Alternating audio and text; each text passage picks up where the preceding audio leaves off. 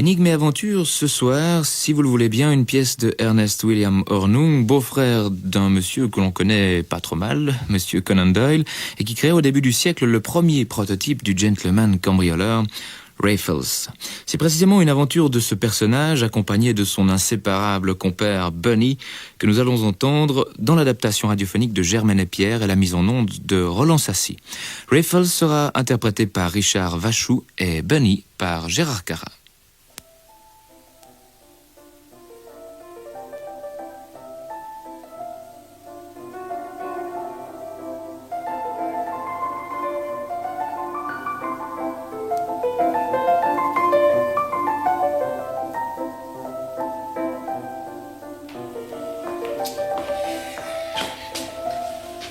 Vous êtes donc William Wigan, né à Calcutta, de père anglais et de mère irlandaise. C'est bien ça, n'est-ce pas? Mais oui, monsieur l'inspecteur. Vous aviez 16 ans lorsque vos parents sont venus se fixer à Londres. Vous faites vos études supérieures à Cambridge, des études brillantes. Et pourquoi, celle-ci terminée, avez-vous quitté le continent?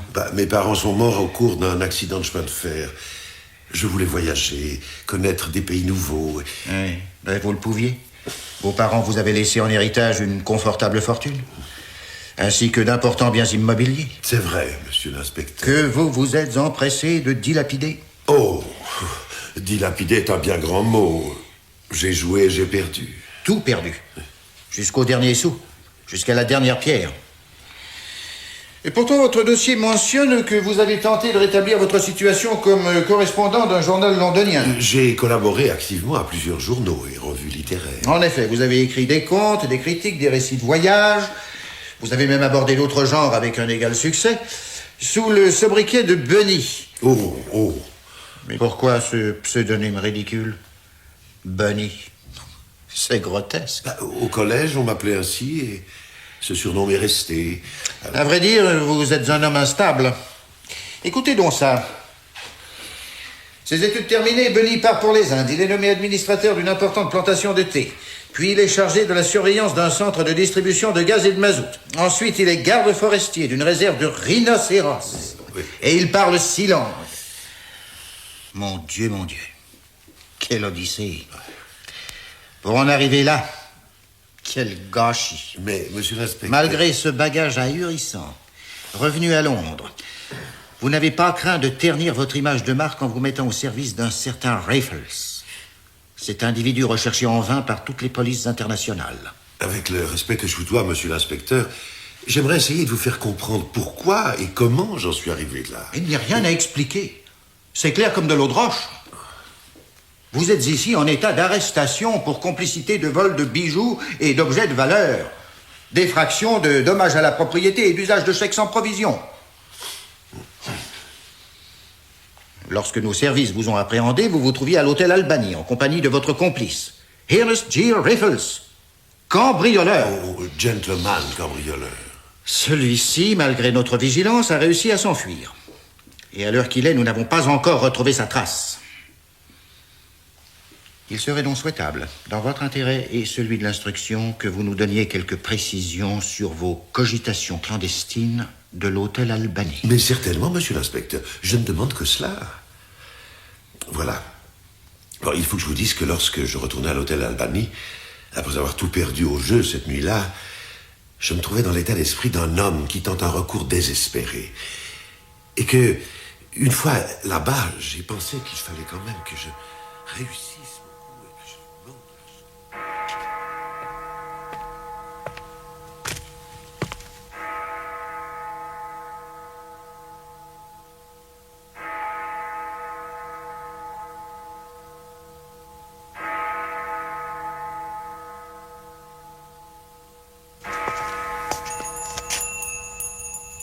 Raffles. Qu'est-ce que c'est? Excusez-moi, Raffles. C'est moi, Bunny. Vous avez oublié quelque chose? Non, mais il faut que je vous parle. À 16 heures? Ça ne peut pas attendre? Non, Raffles, je vous assure, c'est très important. S'il en est ainsi, je viens vous ouvrir.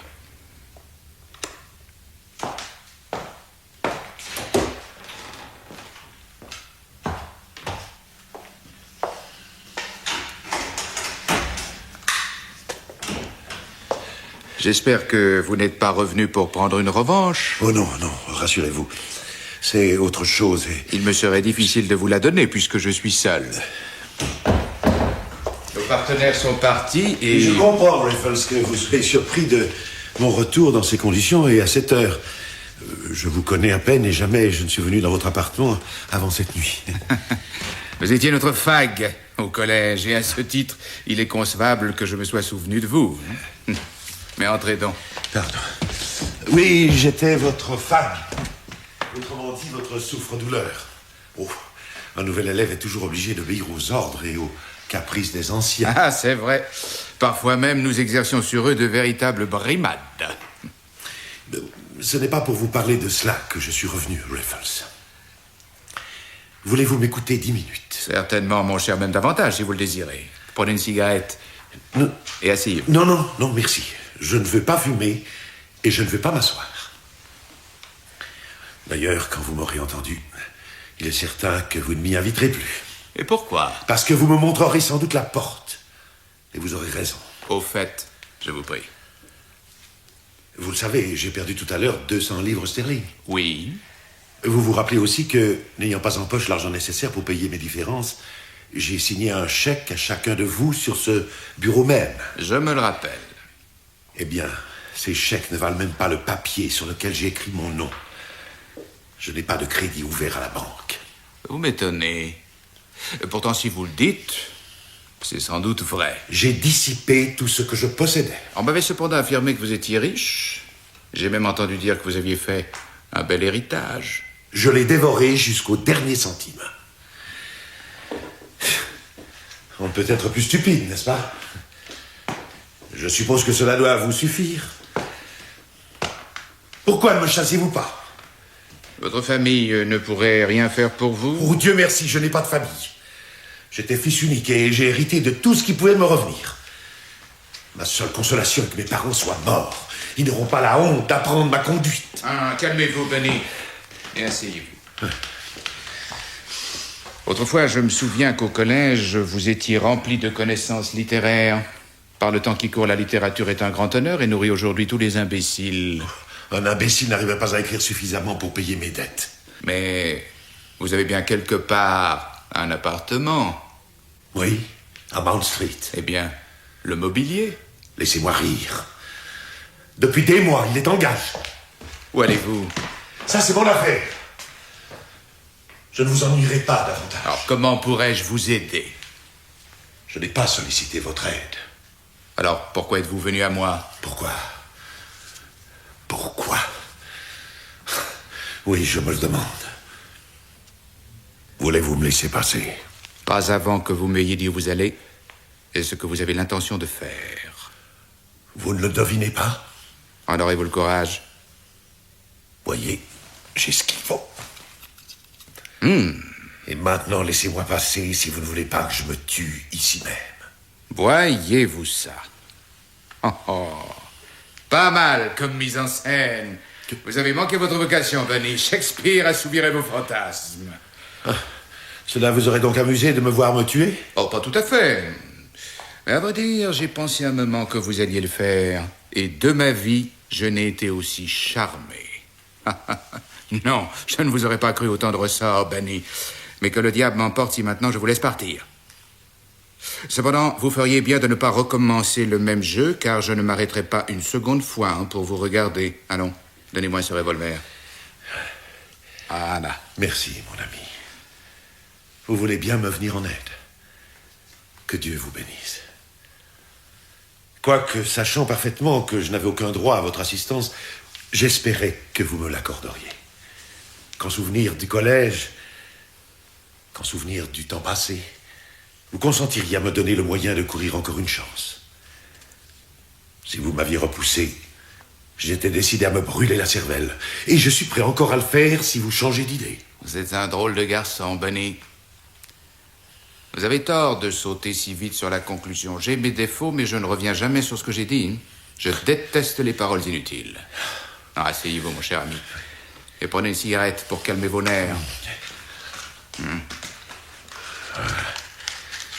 Mais pas de whisky, Cela ne vous vaudrait rien. Ah, mais voici du café. que j'étais en train de préparer quand vous êtes arrivé. Et maintenant, Benny, écoutez-moi. Vous parlez de courir une chance. Que voulez-vous dire? Une autre chance au baccarat? Non. Vous croyez que la chance tourne? Et si elle ne tournait pas, votre situation ne ferait qu'empirer, mon cher. Vous avez fait un plongeon suffisant. Hein? Oui ou non? Vous remettez-vous entre mes mains? C'est oui? C'est oui. Alors, vous ne vous suiciderez pas. Et je n'aurai pas à présenter votre chèque. Malheureusement, il y a les autres. Et ce qu'il y a encore de plus malheureux, c'est qu'en ce moment, Benny, je suis aussi à sec que vous-même. Vous? Vous êtes à sec? Comment vous croire? Est-ce que j'ai refusé de vous croire, moi? Et n'avez-vous pas assez d'expérience pour savoir que ce n'est pas parce qu'on a un appartement comme celui-ci, parce qu'on fait partie d'un ou deux clubs, qu'on joue au cricket, qu'on a nécessairement compte ouvert à la banque? Je vous le répète, mon cher ami, qu'en ce moment, je suis aussi à sec que vous, et que vous ne l'avez jamais été, et que pour vivre, je possède en tout et pour tout mon intelligence, rien de plus. Il m'était aussi indispensable qu'à vous-même de gagner quelque argent ce soir. Nous sommes sur le même navire, Benny, et nous ferons bien de ramer de concert. Je ferai tout au monde pour vous, Raffles, si vous pouvez me sauver. Quand je suis entré ici, j'étais au désespoir et je suis maintenant prêt à tout. Peu importe ce que je devrais faire, pourvu que je sorte sans scandale de cette impasse. Ah, pour l'instant, je veux bien vous croire sincère, mais le serez-vous toujours autant? Ah, c'est ce que nous verrons. Quoi qu'il en soit, je vous sais capable de fidélité. Au collège, vous m'avez rendu un fameux service. Vous ne vous en souvenez peut-être pas, mais moi, oui. Et voici qu'aujourd'hui, j'ai l'occasion de vous en rendre un meilleur. Alors laissez-moi le temps de réfléchir.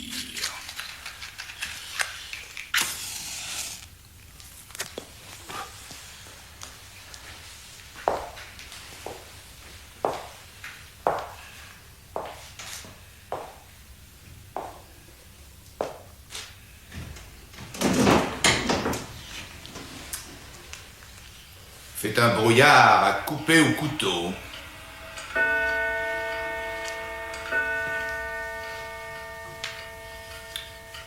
Oui, un fameux service que vous m'avez rendu. Vous n'étiez qu'un gamin et vous vous êtes conduit en homme. Vous n'avez pas flanché, vous n'avez posé aucune question. Êtes-vous encore le même? Ça, je l'ignore. J'ai tellement gâché ma situation que j'ai aussi peu de confiance en moi que les autres peuvent en avoir. Cependant, je n'ai jamais repoussé un ami, je peux le dire. C'est vrai. Vous êtes bien tel que je vous ai connu. On ne change pas, voyez-vous, Benny. On ne fait que se développer.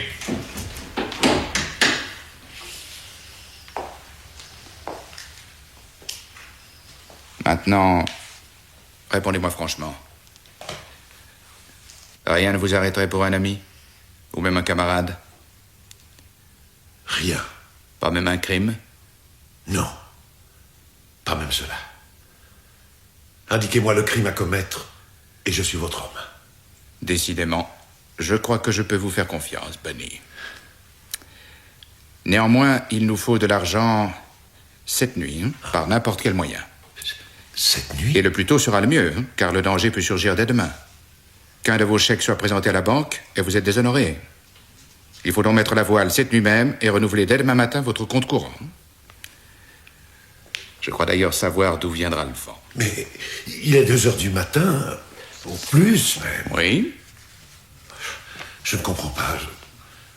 À cette heure-là, d'où nous viendra le secours? D'un de mes amis, dans Bond Street. Il faut que ce soit un de vos amis très intime. Non, intime n'est pas le mot. Mais je puis entrer chez lui à toute heure. J'ai mon passe-partout. Vous le réveillerez à cette heure de la nuit? S'il est au lit, oui. Est-il nécessaire que j'aille avec vous? Absolument. Alors allons-y. Mais j'avoue que cette idée ne me sourit guère, Raffles. Préférez-vous l'autre alternative? Oh, Alors, prenez un verre avant de partir. Un seul. Voici le whisky. Voici le siphon. Je vais me changer pendant que vous vous servirez.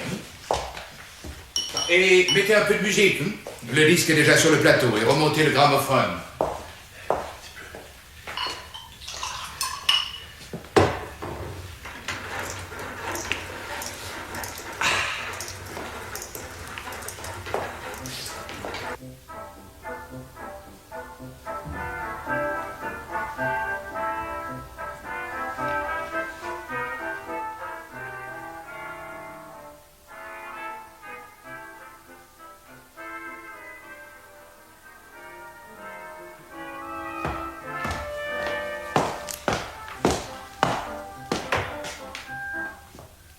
Et voilà.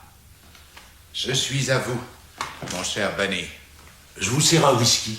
Quand nous reviendrons, le travail d'abord, le plaisir après. Et voyons, quel jour sommes-nous? Le 15 mars. Les Ides de mars. Les Ides de mars, rappelez-vous.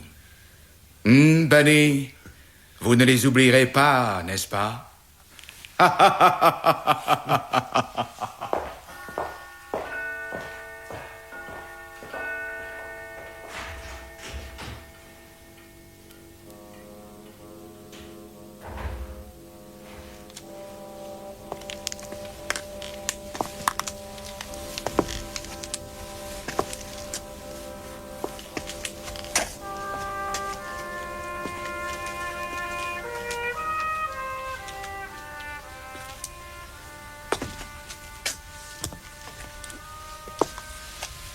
Bien. Piccadilly est noyé dans le brouillard. C'est très bon, ça. Raffles, regardez. On distingue une silhouette. Avez-vous peur, Bunny? Oh, non, mais... Raffles? Vous voyez, la police me connaît. Pauvre diable. Il faut avoir bon œil, par une nuit pareille.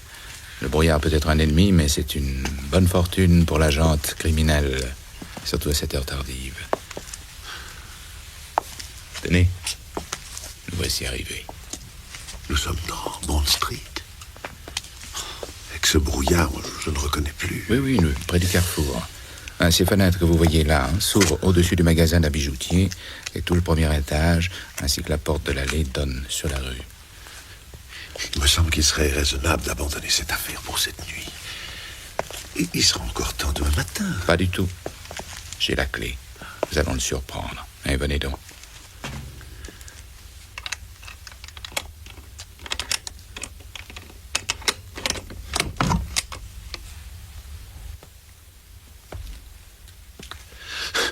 Qu'est-ce que c'est? Chut.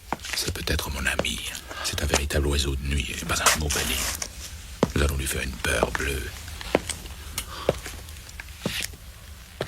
Ce n'était que le veilleur de nuit.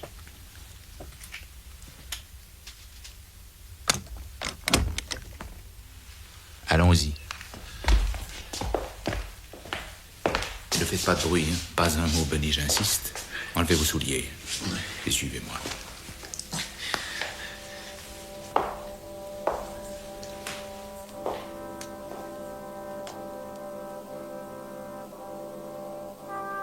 Et vous l'avez suivi sans autre? Vous lui avez obéi sans lui poser de questions? Oui.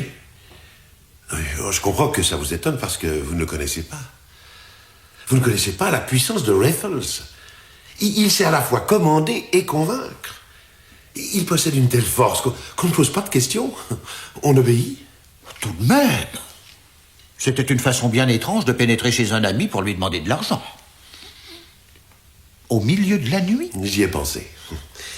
Mais j'en ai déduit que Raffles devait être dans des termes d'intimité exceptionnels. Ou qu'ils avaient l'habitude de se faire l'un à l'autre de semblables plaisanteries. Et pourtant, plus nous allions, plus une étrange sensation s'emparait de moi. Et ce malaise ne faisait que s'accroître à chaque marche que nous montions. Quel était l'ermite que nous allions effrayer dans sa cellule?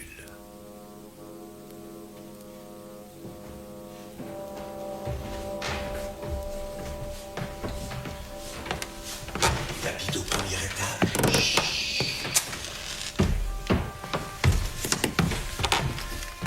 Mais où me conduisez-vous? Cette maison est inoccupée. Et taisez-vous. Attendez. Passez-moi la lampe à huile accrochée au-dessus de vous.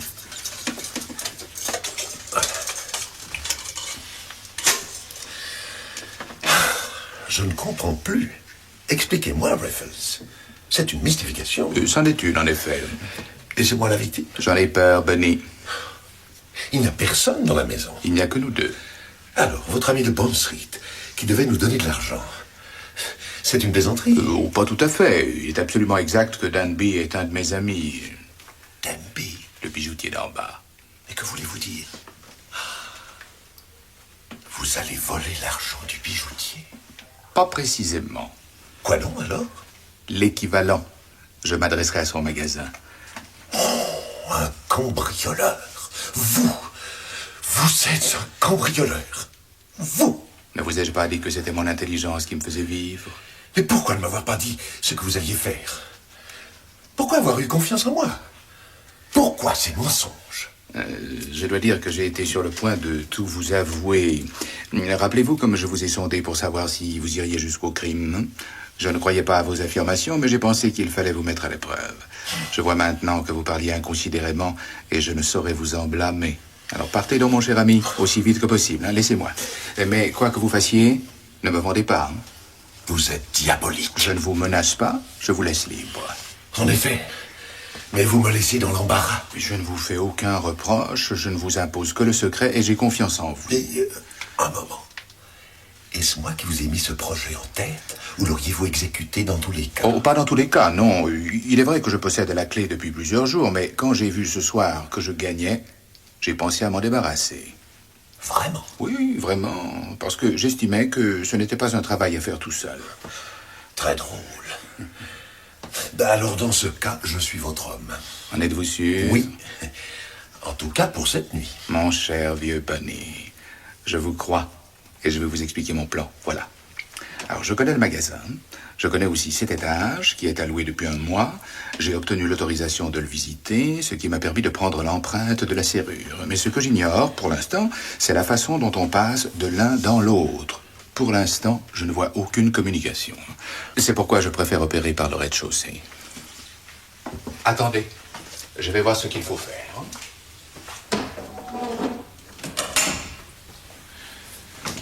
Ce serait notre meilleure chance, mais il fait trop nuit. On ne peut rien distinguer, il ne faut pas qu'on aperçoive notre lumière du dehors. Donc descendons au rez-de-chaussée et surtout évitez de faire le moindre bruit. Écoutez. Ce sont les mêmes pas que nous avons entendus tout à l'heure. C'est un policeman ou un veilleur que les bijoutiers entretiennent à frais communs. C'est de celui-ci qu'il faut se méfier, car il est payé justement pour empêcher ce que nous allons faire.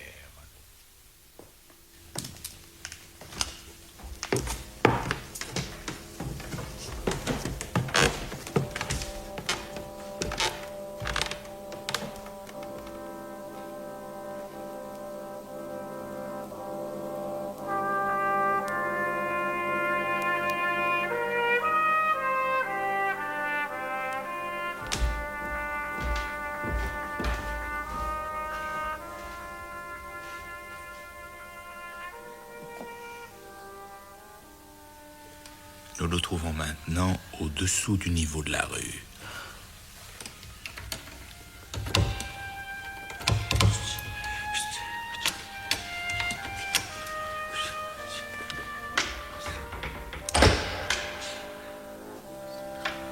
Incroyable.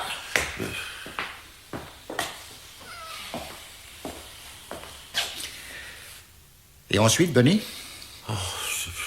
Continuez.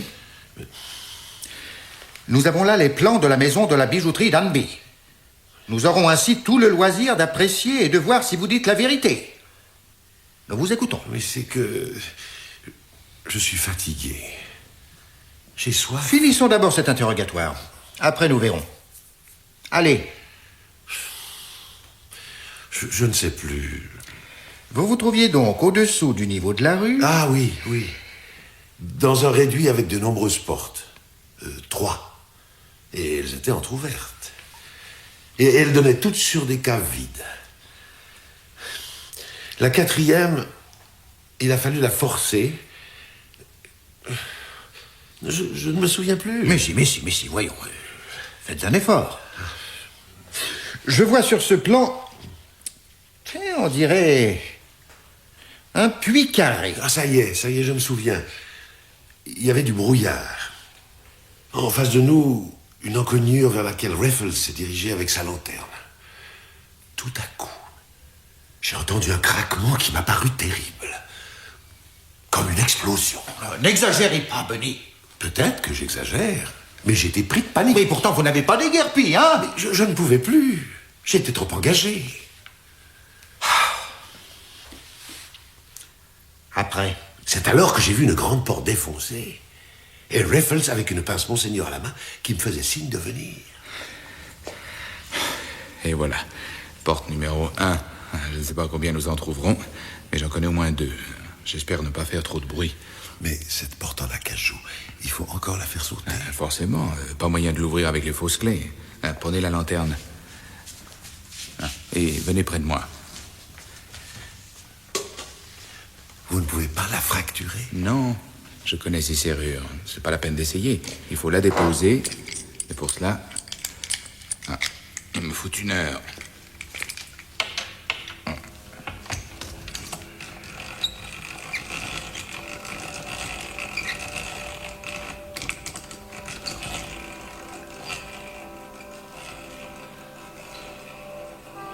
Il a mis 47 minutes exactement à ma montre.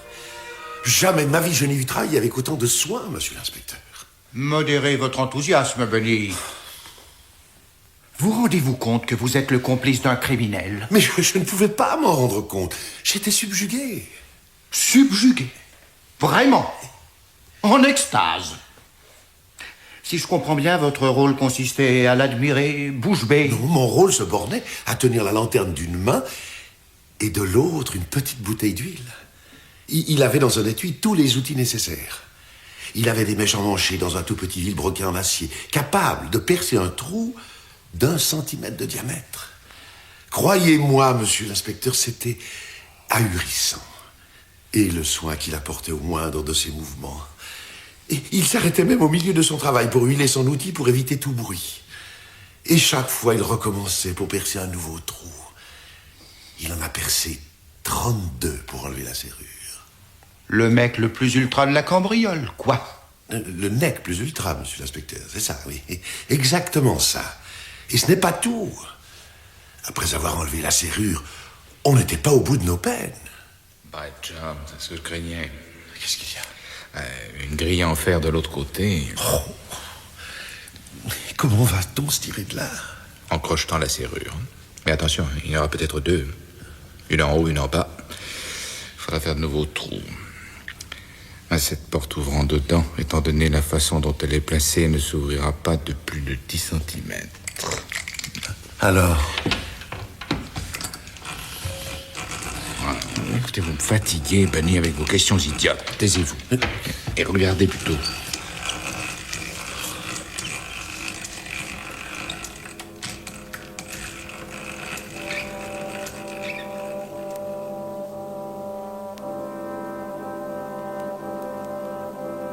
Je vous avoue, monsieur l'inspecteur, que je me trouvais légèrement refroidi à l'idée d'avoir à crocheter une autre serrure.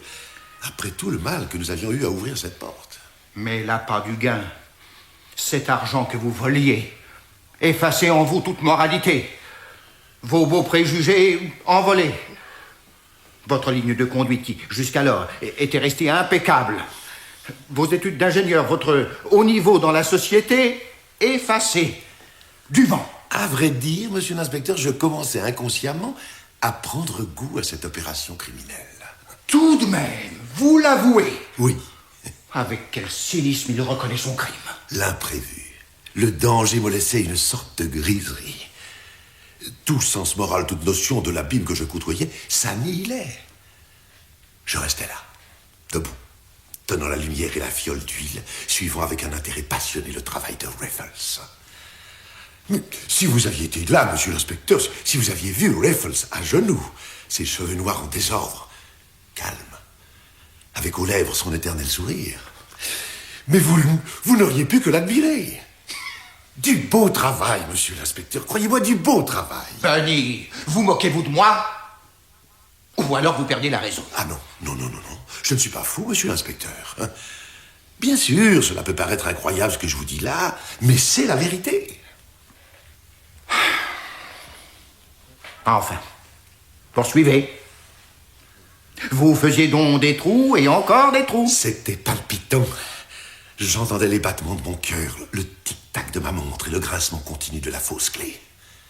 Tout à coup, la porte d'acajou et la porte de fer s'ouvrirent. Raffles s'est alors assis sur une table de bureau en s'épongeant le visage. Nous nous trouvions là, vous voyez, Voyez-vous, inspecteur, là, sur votre plan, hein, nous nous trouvions là, dans cette antichambre qui précède le magasin, mais protégée par un rideau de fer. Oh, la vue de ce rideau de fer me désespéra. Mais pas lui. Pas Raffles. Sans un mot, il a suspendu son pardessus et son chapeau à un porte-manteau, examiné le rideau avec sa lanterne. Ce n'est rien, Bunny. Nous en aurons raison en un tour de main. Mais ce n'est pas possible. Nous n'en sortirons pas. Ne vous affolez pas. Voyez-vous, mon ami, le point faible de ces rideaux de fer, c'est qu'on peut facilement faire levier par-dessous. Mais cela occasionne du bruit et pour cette opération, vous me serez d'une grande utilité. Benny, vous allez monter au premier étage et vous frapperez une fois du pied quand la rue sera déserte. Allez, je vais vous montrer le chemin.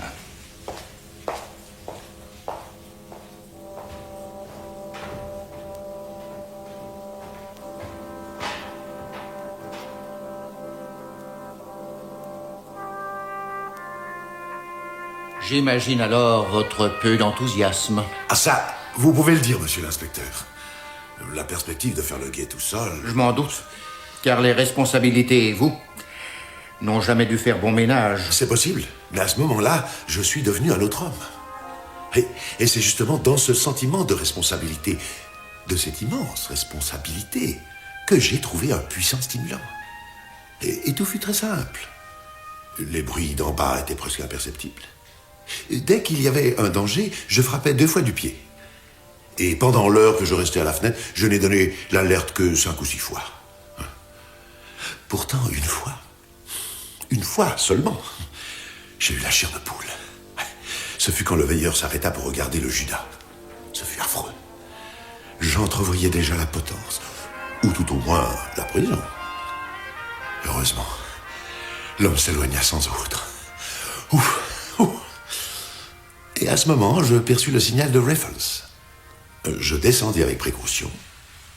Il m'attendait et me serra la main. Très bien, mon cher. Vous êtes toujours le même brave cœur dans la nécessité. Et vous aurez votre récompense, car j'ai là un beau butin. Hein. Et regardez ce que je viens de trouver dans ce buffet. Un excellent porto et des cigares. Sans doute à l'intention des clients de ce bon Danby. Allez, prenez un verre et buvez. Pendant que je vais faire un brin de toilette avant de partir, car je suis fait comme... Oh, comme un voleur.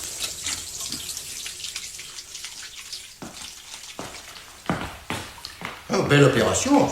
Vous n'avez rien oublié. L'argent liquide, tous les objets de valeur qui se trouvaient dans une vitrine. Je vous ferai remarquer, monsieur l'inspecteur, que nous n'avons pas touché à l'argenterie. Cela va de soi. Trop encombrant. Et surtout trop lourd. Mais je vous l'accorde. Du travail propre. Ah. À part une série de portes fracturées. Nous avons trouvé sur place une bouteille de Porto. Vide. Une boîte de cigares, avec laquelle on avait pris quelques libertés. Une serviette très sale près du lavabo, ça et là des allumettes brûlées. Et des marques de doigts sur la poussière de la rampe. Non, mais à part cela, aucune trace de votre visite. Ah, vous le reconnaissez, monsieur l'inspecteur, du travail propre. Et une belle opération, comme vous le disiez tout à l'heure. En effet, une fructueuse opération. Mais tout cela ne m'explique toujours pas votre comportement. Que s'est-il passé pour que vous en arriviez là? Je ne saisis pas, monsieur l'inspecteur. Ne faites pas l'imbécile. Si je vous interroge en ce moment, c'est pour des raisons très graves. Quel démon vous a poussé? Quel démon vous a conduit où vous vous trouvez en ce moment? C'était un risque à courir, monsieur l'inspecteur. Prenez garde. Votre insolence ne jouera pas en votre faveur. Mais laissons cela. Ainsi, vous êtes rentré sans incident jusqu'à l'hôtel Albany. Oui, à l'aurore, comme si nous revenions d'une soirée. Le feu était encore allumé. Heureusement, car nous étions glacés. Et vous étiez assez maître de vous pour savourer ce moment de détente au coin du feu. Le fait de savoir que vous étiez devenu le complice de cet homme dangereux ne vous tourmentait pas. Pour vous, tout était parfait, comme dans le meilleur des mondes. Je me trouvais dans un état euphorique. Je le surveillais tandis qu'il vidait ses poches. Et paradoxalement, mon sang se glaçait dans mon cœur. Mon cerveau éclatait. Car j'avais eu de l'affection pour cet homme, je l'avais admiré. Et subitement, cette affection et cette admiration se sont changées en mépris et en dégoût. J'espérais sentir un changement en moi. Mais non, j'attendis en vain. Je le regardais vider ses poches. La table était couverte de trésors, de bagues, des diamants, des bracelets, des aigrets, des colliers, des perles, des rubis, des améthystes, des saphirs, et toujours des diamants partout, brillants comme des lumières qui m'éblouissaient, qui m'aveuglaient. Je ne pouvais y croire. Non, je ne pourrai jamais oublier. Enfin, il sortit encore de ses poches non pas un bijou, mais mon propre revolver. Je vois encore Raffles me regarder dans les yeux. Je le vois encore enlever les cartouches avec un sourire calme et cynique avant de me rendre cette arme.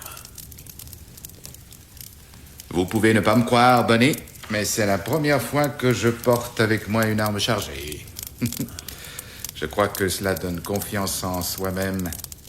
Et cependant, ce serait gênant si les choses tournaient mal. Car on serait tenté de s'en servir et ce ne serait pas de jeu.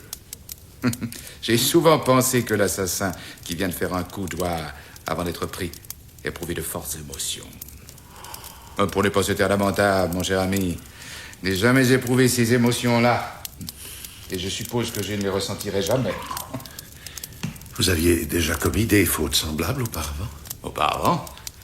Ah, mon cher Bonnie, vous m'insultez. Est-ce que cela ressemblait à un coup d'essai?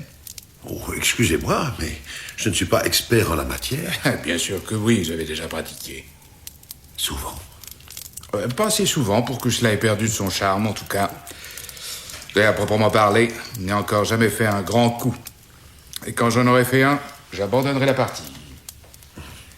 Mais j'aimerais savoir comment vous avez commencé. Oh, c'est une longue histoire. Trop longue histoire pour que je vous la raconte maintenant. En tout cas, je me trouvais dans une impasse analogue à celle où vous vous trouviez ce soir. Et je n'avais aucun autre moyen d'en sortir. C'était la première fois. J'espérais que ce serait la dernière. Mais j'avais goûté à la coupe et c'en était fait. Pourquoi travailler puisque je pouvais voler? Pourquoi m'astreindre à la vie régulière quand le besoin d'aventure, le danger et la possibilité d'une existence large brillaient à mes yeux? Oui, mais vous-même, vous deviez ressentir que c'était mal. Ah, bien sûr! Mais oui, nous ne sommes pas tous des moralistes et la répartition de la richesse est si mal faite. Cette vie, mon cher Bonnie, vous plairait-elle autant qu'à moi? Oh non, certainement pas. Non, ce n'est pas la vie qu'il me faut. Une fois, c'est déjà trop. Vous ne voudriez pas me donner un coup de main une autre fois? Ne me le demandez pas, Raffles. Ne me le demandez pas, pour l'amour de Dieu. Pourtant, vous m'aviez affirmé que vous feriez n'importe quoi pour moi. Vous m'aviez même invité à me désigner le crime. Rassurez-vous, je sentais bien que vous me le disiez du bout des lèvres. Pourtant, vous ne m'avez pas lâché cette nuit. Par Dieu, j'ai le droit d'être satisfait. Je devrais donc en rester là. Et pourtant, vous êtes l'homme qu'il me faut, Bonnie. Celui qui m'est nécessaire. Oh, je ne vois pas en quoi, mon cher Raffles. Enfin, nous nous en sommes tirés cette nuit sans une égratignure, sans un accroc. Peut-être, mais... Vous voyez bien que ce n'est pas si terrible que ça. Et tant que nous travaillerons ensemble, il en sera toujours ainsi, n'est-ce pas? Vraiment, je ne sais que vous dire. Vous ne voulez pas, Très bien, mon ami. Vous êtes dans le vrai et c'est moi qui ai tous les torts. Je ne vous adresserai plus pareille demande. Allez, partez si vous le voulez et revenez vers midi pour toucher votre argent. Nous n'avions pas fait de pacte ensemble, mais bien entendu, je vous tirerai de votre mauvais pas. Surtout après la manière dont vous m'avez aidé cette nuit. Vous me troublez, Raffles. Comment vous dire?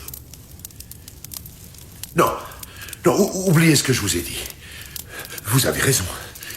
Oui, je recommencerai. Allons. Votre emballement est insensé. Dans moins d'une heure, vous le regretterez. Allez donc, et ne parlons plus de cela. Et bon Dieu, je le veux. Je vous accompagnerai aussi souvent que vous me le demanderez. Pourquoi est-ce que je refuserais maintenant? Le mal est fait. J'ai déjà failli une fois, je recommencerai. Je me suis vendu au diable dès aujourd'hui, et même si je le pouvais, je ne voudrais pas revenir en arrière. Qu'importe un nouveau crime. Quand vous aurez besoin de moi, je répondrai présent.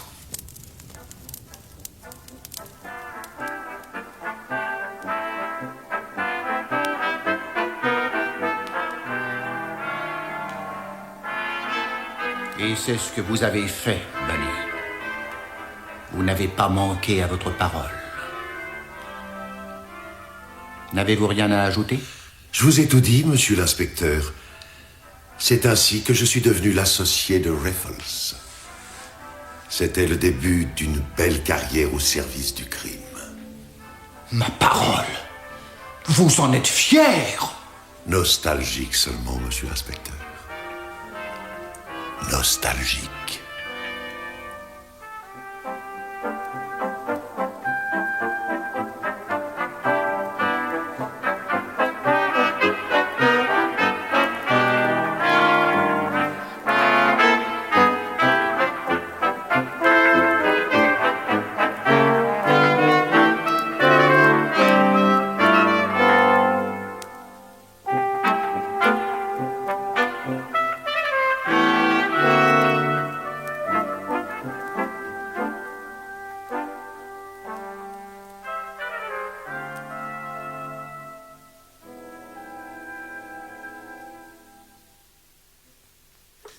Énigme et aventure, nous venons d'entendre Raffles de Ernest William Hornung dans une adaptation de Germaine et Pierre. La mise en onde est signée Roland Sassy, assisté de Pierre Schlegel, avec dans le rôle de Raffles, Richard Vachou, Bunny, Gérard Cara, l'inspecteur Mackenzie, André Neury.